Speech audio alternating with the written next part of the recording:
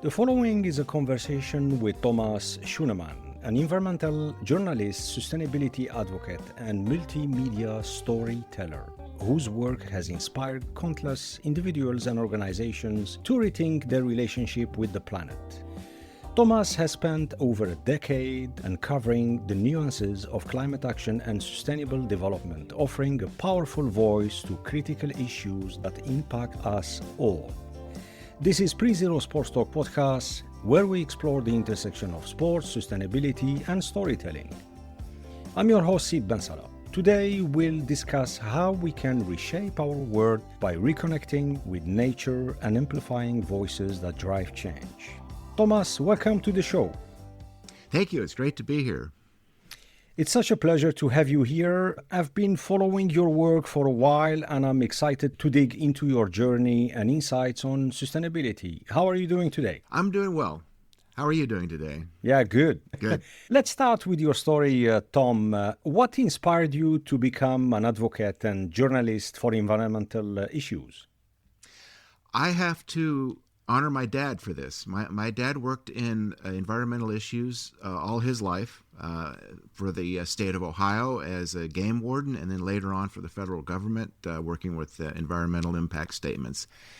And so growing up in that environment, I remember we lived in Colorado at the time when I was younger, and we would go camping all the time and go out in nature. And I was a Boy Scout, and we went out in nature. So I think that nurture really instilled in me a awareness of our connection with nature and an appreciation for nature, and that just grew from there into my work today.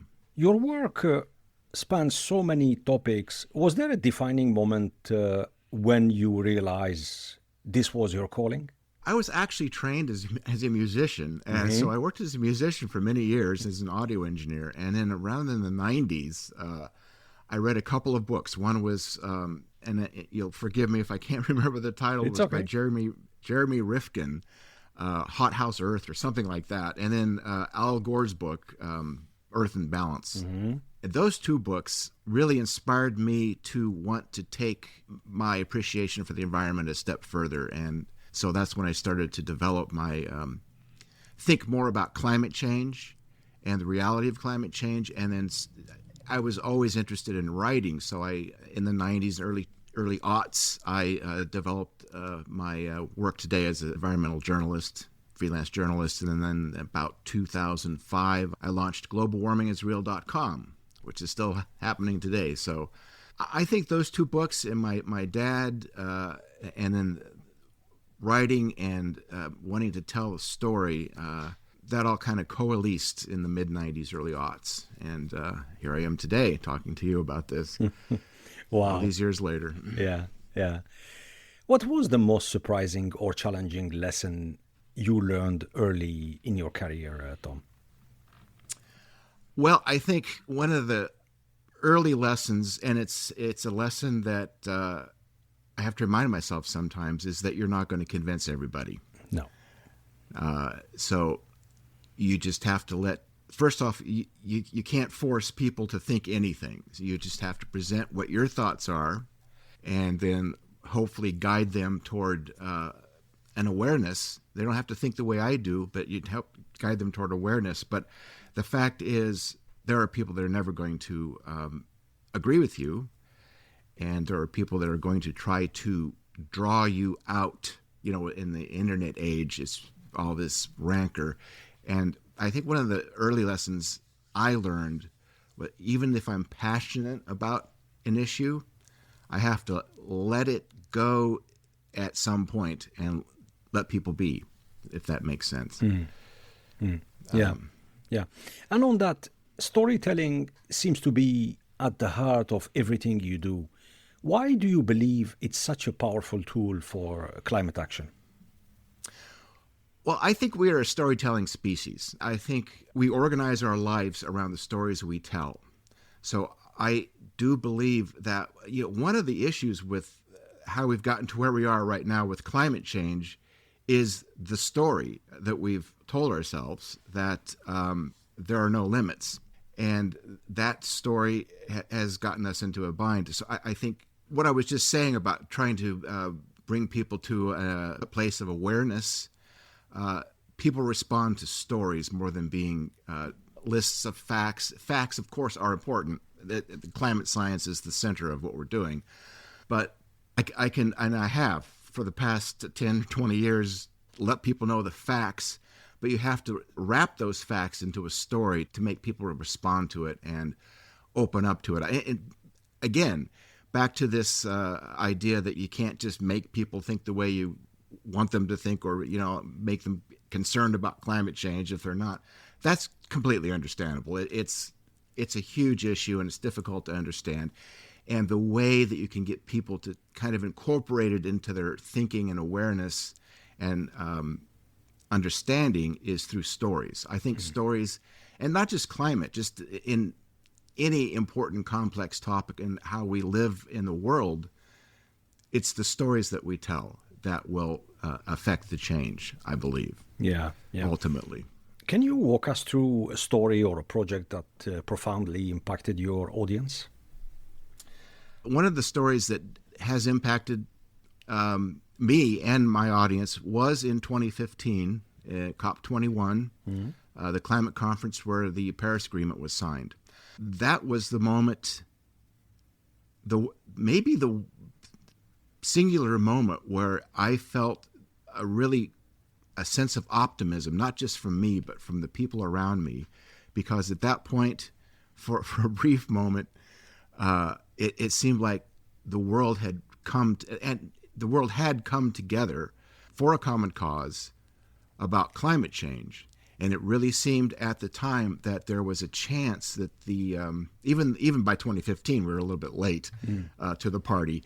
But it seemed at the time that there was a consensus and awareness and an ambition to actually do something about climate. I'd say that would be one of the big stories. Another story that I think had a lot of impact was when I went up to Canada.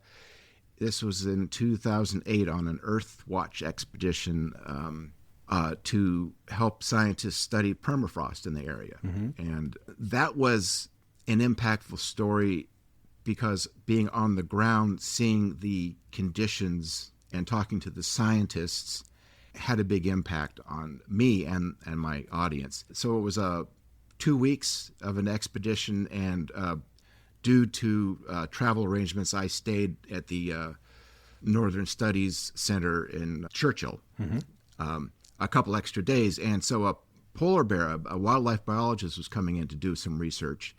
I had an opportunity to speak with him for a little bit. And I remember him, we were talking about the polar bear populations. And of course, the polar bear is kind of the iconic symbol of climate change. Yeah. And he's studying the polar bear. And he told me that he considered himself a historian, in that, studying the polar bear populations in their decline, he was watching history, I guess. It was kind of a profound statement from him. It's a wildlife biologist, and he obviously loves his work and loves the animals that he studies, and he considered himself not a wildlife biologist as much as a historian because of the impact of climate and ecosystem degradation on the populations that he was studying. So that was another impactful story. Yeah. Thanks for sharing that, Tom. Climate change is a hotly debated topic, especially regarding its causes. How do you navigate these debates while staying true to the science? So I navigate the debates by following the science and understanding that, of course, climate, and we'll hear this in many of the, I don't want to say skeptical, because skeptical, and people that don't really think climate change is that much of an issue, they'll say climate has always been changing. And this, of course, is true, So what I try to talk about is the rate of change and the interruption of the carbon cycle that humans have caused, since we're digging up the carbon out of the earth and burning it in the atmosphere. So that's the profound change in the carbon cycle.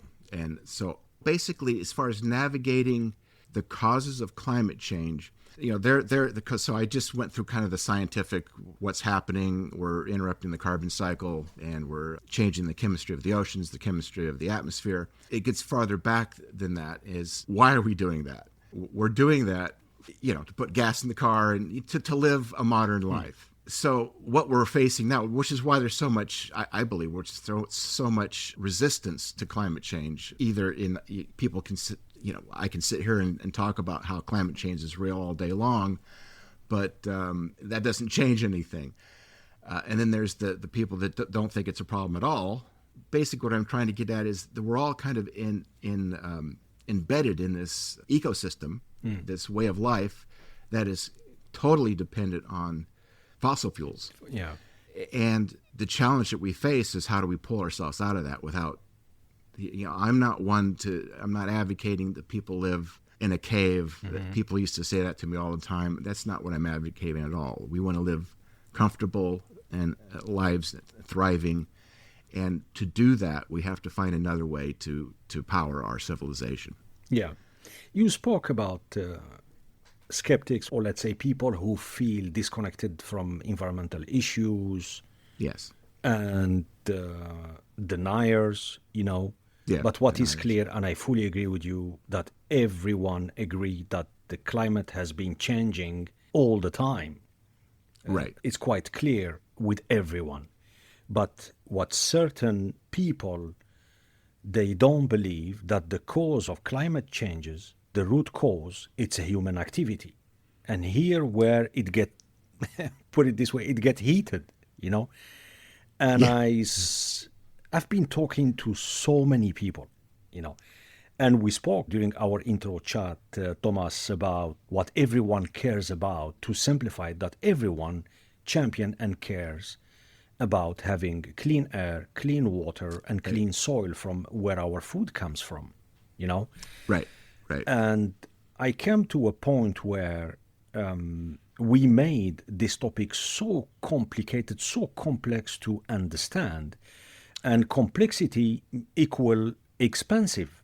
Let's say this is the perception where Right. the majority, and then they say, hang on, okay, if I need to shift my combustion engine vehicle to an electric vehicle, how much is going to cost me this story?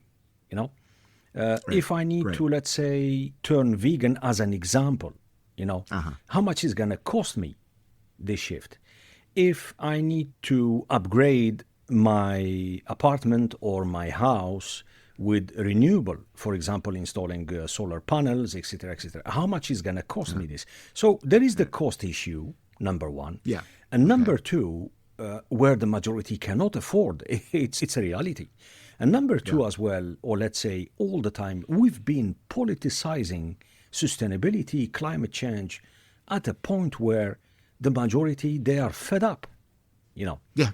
Yeah. And I fully agree with you. I was not at COP21, but I watched on television the moment where all nations under the UN, they came together and they made a pledge, they made a promise, they signed that famous Paris climate agreement, and we all thought for a couple of weeks, couple of months, probably for 2 years, that, wow, we know that there is a problem. Everyone is coming together to basically work as one and to find solution. I don't want to make this story because we can talk about this for days. I'm just trying to understand from your point of view, from a journalistic point, how do you tailor narratives to reach, let's say, skeptics or people who feel disconnected from environmental issues, Thomas? I think you try to make it as personal as possible. You were talking about cost. Of course, that's what people are concerned of. That's the daily bread. Yeah. So you make it personal. It is it's very confusing. It seems like it's going to cost money. What I try to say is that there's no easy answer here. That's the problem. Yeah. There's no easy way out of this. But I think you try to appeal to people's families, their futures. Because we're at a point now where it's not something that's way out in the future. It's here. It's right here. I don't want to. Well, I was going to say I don't want to bring it up. Just as I bring it up, the fires in Los Angeles down the coast from where I am right now. These are the things that are going to, and in Europe, the floods, the hurricane, just the extreme weather is not, again, it's like climate change. It's not like all of a sudden there's a hurricane where there's never been hurricanes before. It's, the fact is that we're moving into a more challenging world. And as much as we want to be skeptical of, and unfortunately, climate change has become so politicized that if you do talk about climate change in the United States anyway, you're automatically categorized in a certain way. You're this kind of person if you care about climate change. Obviously, you're a Democrat and liberal. You can't be a conservative and care about climate change. It's that dichotomy that I try to break through to, that this is it's global warming. It's a common issue.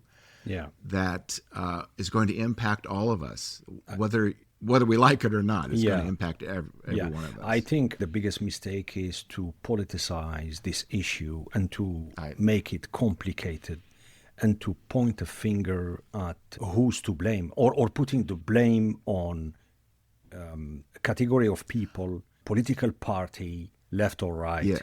Yeah. But what is fascinating, that everybody wants, once again, clear water, clean air, clean soil. That's right. And that's a good place to start. Absolutely. I think the mistake we made, let's use as an example the EV vehicles. Okay. EV vehicles being introduced. Okay, maybe Tesla, maybe Elon, he led the movement, from a business point of view, and he did really good, where all the major car manufacturers, they didn't believe. They thought that he will last maybe 1 year, maximum 2 years, and then he will give up. But then when most of the countries started to push to electrify the vehicles for the sake of slashing CO2 emissions, they did not think about how much is going to cost the whole thing, how much is going to cost the end users. Yeah, I agree. There are a lot of issues with EVs right now, and a lot of these things are like the charging and the expense. And the other thing is rare earth minerals that are required for the lithium-ion batteries. Yeah. That's a real serious issue. I did some work a couple of years ago, I guess it was now, a company called Aqua Metals, and their mission is to scale up recycling of lithium-ion batteries. Without the recycling, it's basically going to create another problem, another huge environmental problem. And it happened a couple of weeks in LA during the fire. I read an article about the fire department. They had no idea how to contain all the electric vehicles that that's true. Burned to the ground in LA fires. Right. Yeah. And to that, speaking to that, just across the Bay, I'm in the Monterey Bay Area, about 100 miles south of San Francisco, and there is a big, huge energy storage plant, which is just basically enormous banks of lithium-ion batteries. Mm-hmm. And there's a fire, and a big major fire, and this has created some air issues in the region. So it's definitely a serious issue. And I take your point that maybe the way that EVs have been rolled out or being rolled out wasn't thought out. All the issues you brought up, the lithium-ion batteries, the rare earth minerals, it might have been made more. It's kind of, well, here we are now. It's the way it is. If you had said, as you had said, if we had created internal combustion engines much more efficiently, and California is one state that really has really tried to do that, mm-hmm. and a lot of pushback from, especially now. Now as we have a new president,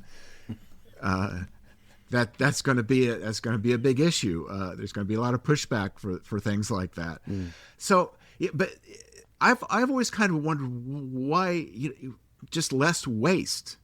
Why there seems to be an issue with making cars more efficient or just being more efficient with your energy use. It's low-hanging fruit, I think, that would make a big difference. I think EVs, eventually, I do think I can't give you. It's going to be decades before it's predominantly EVs. I think it is going in that direction, as is renewable energy. The train is kind of out of the station. We're heading in that direction, but it's how we roll this out. And the fact is, driving a highly efficient internal combustion engine could be just as environmentally friendly as an EV.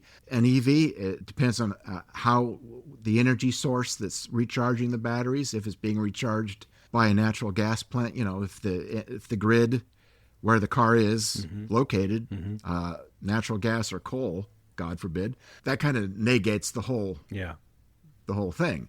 So there are a lot of issues with the EVs. And the other thing about EVs is that if it's being touted as some sort of a silver bullet, I have an electric vehicle, I'm good. I'm taking care of climate change. Well, that's unfortunately, it's just not that simple. There is no silver bullet. Yeah. So, We spoke about COP. We spoke about the Paris Agreement in 2015. Yeah. We spoke about the people that believe, yes, climate is changing, but maybe it's not the human activity that is the problem, We spoke about the probably some kind of misinformation, making sustainability and environmental issues complicated to understand. How can governments and organizations better align their efforts for a real change, Thomas? So to answer your question, I'll say this. I think a lot of the problem is that we as consumers have been told that we have to, it's how do I put this? I guess it's our fault. We have to do something.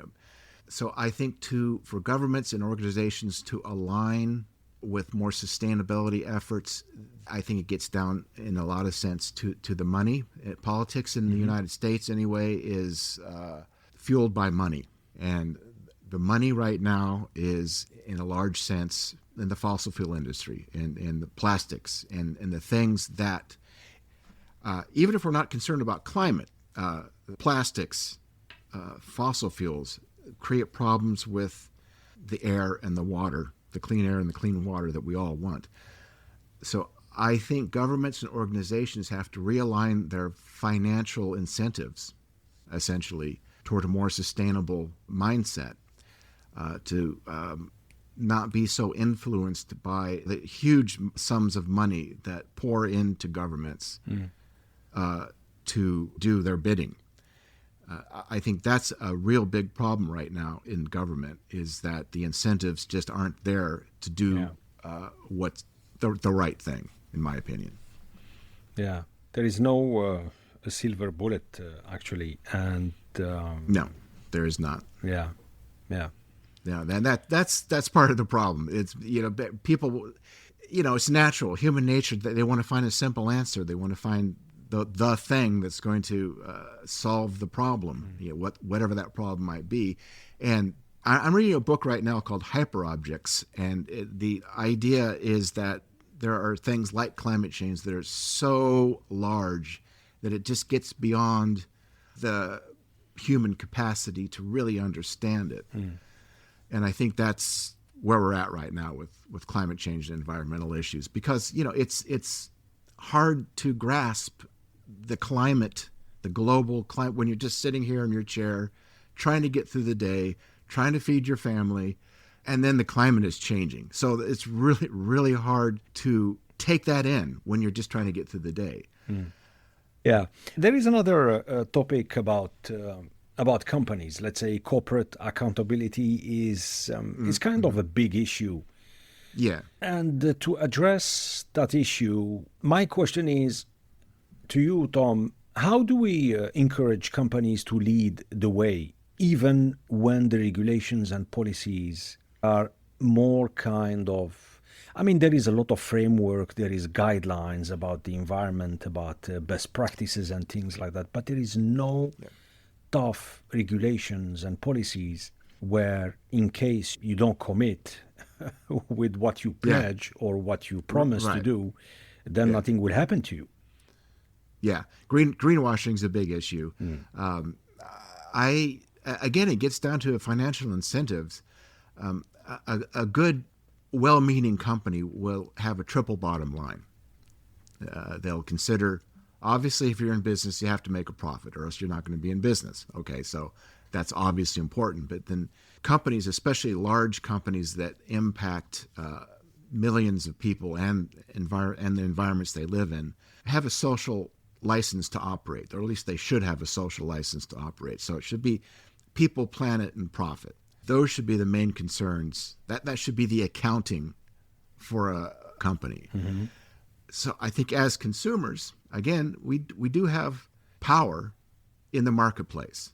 So we can let companies know what we're concerned with by where we put our money is one thing. It seems like, my not buying something because of what that company does is not going to make any difference. But if enough people do it, it can drive the market. I mean, EVs could be an example. For a long time, nobody was buying EVs. Now EVs are starting, at least in the U.S., are starting to gain a foothold in the marketplace. And so that is creating the market to continue. Mm-hmm. I think there's ways that the consumer, if a lot of people, a lot of the companies are going to say, there was the CEO of Exxon. Mm-hmm. He actually said that it's you guys are the ones using the oil, so don't blame us. So, I mean, unfortunately, we can't stop using oil. I mean, even if we tried, even if you didn't drive a car. So I think that would be one way, just to try. First off, to use companies, to support companies that do have an honest, that's the thing, an honest environmental policy that goes with that triple bottom line. Mm-hmm. Now, again, it's the problem, like as you mentioned, the problem is companies will talk up a great storm. They have whole PR departments for that. Yeah. They can say one thing and do another. Yeah. So that's where the regulations, some sort of regulation to be honest with your reporting, is very important. Yeah. Thomas, you've got some exciting projects in the works. What inspired your upcoming documentary, The Story of Packaging? The Story of Packaging, that actually got inspired back in the pandemic when everything was coming to us via a package. Mm-hmm. And it got me to thinking back when I was a lad in the 60s in Denver, and how it was a different world. And this packaging, the thing about packaging, I'd have a package show up, and it was a little tchotchke thing, whatever I ordered. Mm-hmm. And it was bubble wrapped, and it was in a box. The box was in a bigger box, and this is just a lot of waste. So a videographer friend of mine, and I, we just came up with this idea, the story of packaging, and how we have, in just really not that much time. The pandemic accelerated it, but it was heading this way before that. This packaging economy that we're in, everything comes in a package, and I think the pandemic is what inspired that. Yeah. Your book, Finding Home in the Anthropocene. Anthropocene. Sounds fascinating. Yeah. What message do you hope it conveys, Tom? I hope what I'm trying to do with that, and it's a work in progress, is that we accept where we're at. You can't solve a problem until you acknowledge there is a problem. So I think that's the first thing, is that we have a problem. We're in a problem. And though we're not officially in a new epoch, mm-hmm. Geological, we're not in the Anthropocene in that sense, but I do believe that we're in the Anthropocene in the sense that we have altered Earth systems to the point where our activities are impacting the environment and will impact the future environment. So we're in the Anthropocene, and what we need to do now is to learn to adapt ourselves to the situation that we're in. So learning to live in the Anthropocene is acknowledging that we have a problem, that it's going to be difficult, but there is hope at the end of the tunnel. If we learn to adapt to the situation we're in, we can get through this and thrive in the coming century. Yeah. That's the message. Yeah. What impact do you hope these projects will have on the broader conversation about sustainability? I'm hoping that we can turn down the heat a little bit in the contentiousness of this. That's the main message, is that it is not an us versus them, a liberal versus conservative. It is the human project. And we can have our differences of opinion about all the other stuff, but we all have to live in the same world. And, it's undeniable that there are issues with, if you don't want to talk about climate change, the clean air and the clean water. We can always get back to that.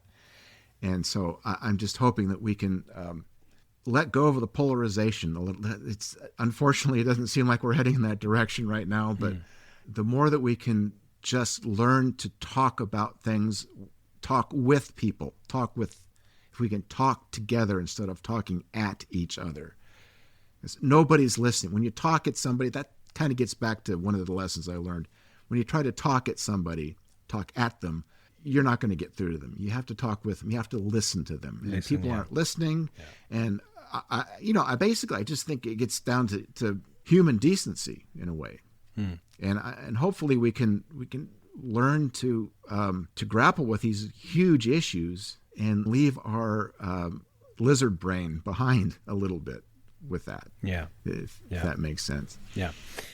You and I previously, we spoke about that humanity has lost touch with nature. Yeah. Why is this connection so vital for our survival? Well, I think it's vital for our survival because we are within nature. We are embedded in nature. It gets part of like learning to live in the Anthropocene. So we have changed our relationship with nature via our activities, fossil fuels, whatever. Just the consumerist and extractive economies that we have created. Our connection with nature, first off, I think our mental and emotional well-being is much better. It doesn't mean that we have to be, out in the rough, wild, but just going out into nature, walking outside.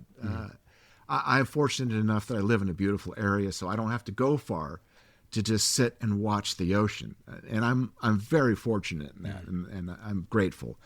But even if it's just a city park, I had an experience about 10 years ago where I was, and I'll share this with the audience. I was having a depressive episode. I was in depression.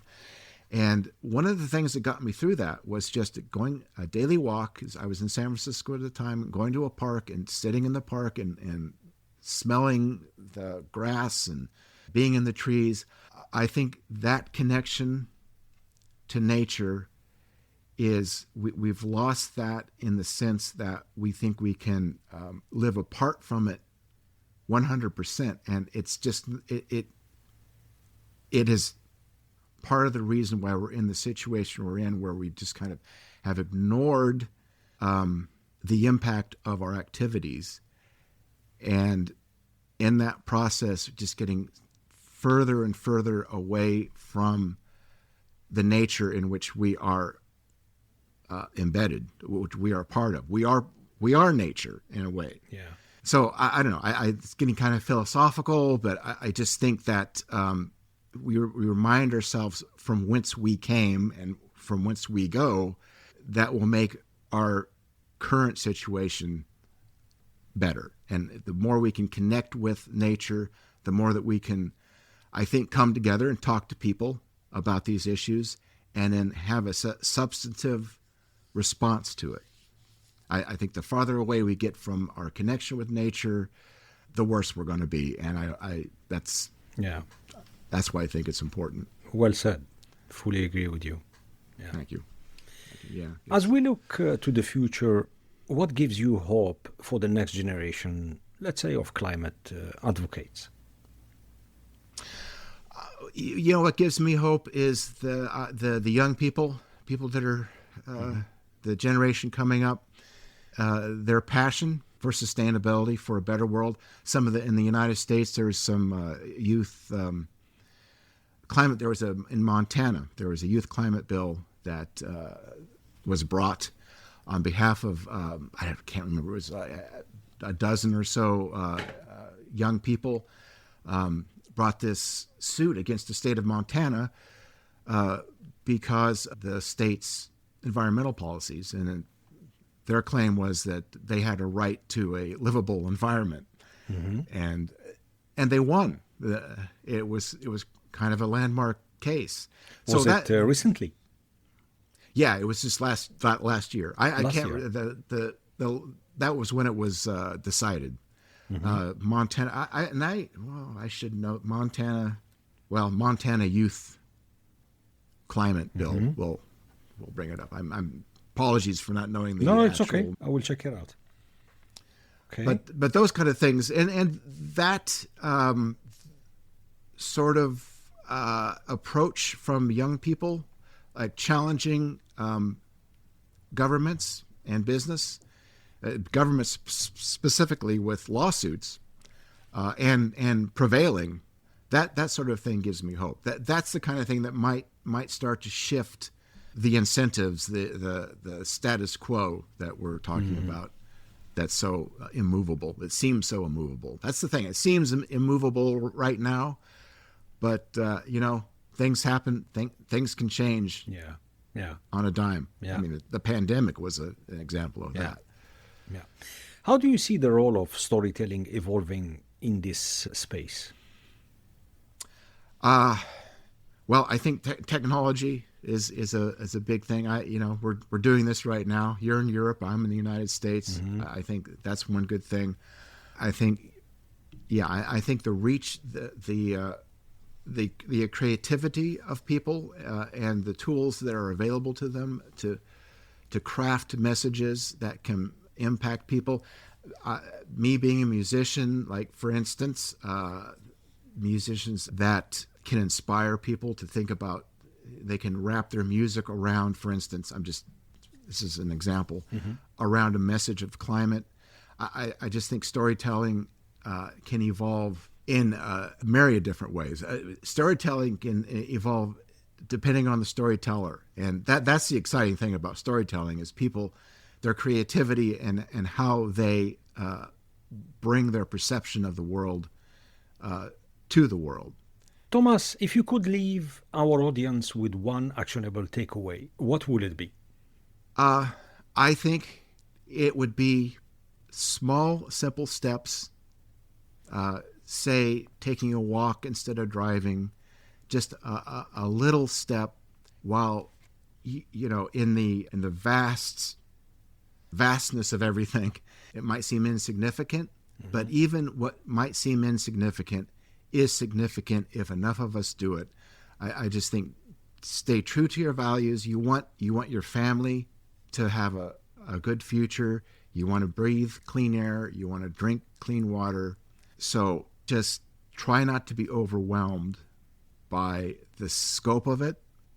That's my job. My job is to think about, oh my God, this is so big. How are we going to do this? And to try to create a story around it. I think individuals just stay true to your values, and one small step. What is it? Neil Armstrong. One small step for a man, one giant leap for mankind. Just take that small step. That would be my takeaway. Thanks for sharing. Now it's time for our lightning round, Thomas. You ready for speedy Q&A? Sure I am. Let's do this. Okay. What's your favorite book about climate or nature? My favorite book about climate or nature would be Al Gore's book. I think Al Gore's, because that was what inspired me, Earth in the Balance. Mm-hmm. Who has been your greatest influence in your advocacy work? My greatest influence in my advocacy work has been, that's a hard question to answer. There are so many excellent influences. I would say, can I pass on that? Can I just say, there's not one person. There's so many excellent scientists and advocates doing good work, and they all inspire me to do what I'm doing now. Good. Coffee or tea? Coffee. Coffee. Yeah, coffee. If you could live anywhere in the world, where would it be? If I could live anywhere in the world, as I mentioned, I'm fortunate to be where I am right now. Mm-hmm. I'll say, I've only spent a week or so where you are, but I was very impressed with Stockholm. I don't know if I want to be there right now in the winter, though. So depends. Yeah, I don't mind. I love it. Yeah. I love being where I'm at on the coast. I've been. I grew up in the mountains. Mm-hmm. I've been on the ocean since forever, since 30, 40 years. So I'd say the mountains of the ocean. Yeah. I must say, summertime here, the archipelago in Sweden, it's heaven. Is it? Yeah. Yeah. I was there in September. September is good. Yeah, it is. It was beautiful. Yeah. What's a new hobby you've picked up recently? Photography. I've always liked taking pictures, but I just started taking a course in photography, and specifically iPhone photography. Mm-hmm. And there's a myriad of opportunities for photography here. So photography would be. Yeah. Good. Name a documentary everyone should watch. A documentary everyone should watch. Well, I don't want to. There's a documentary. Oh man, it's about the consumption. Mm-hmm. And I'm so sorry that I can't think of the title. I just watched it a few months ago. But it's a documentary. It details our consumer habits, but it takes it to a scale. It gives us the number, how many, for instance, Amazon deliveries there are in a single day, and how much meat is processed, and it's staggering the amount of material that we're consuming. Yeah. And I'm really sorry I can't think of that. It's okay. Was it on Netflix or? It was on Netflix. How do you unwind after a long day or a long week?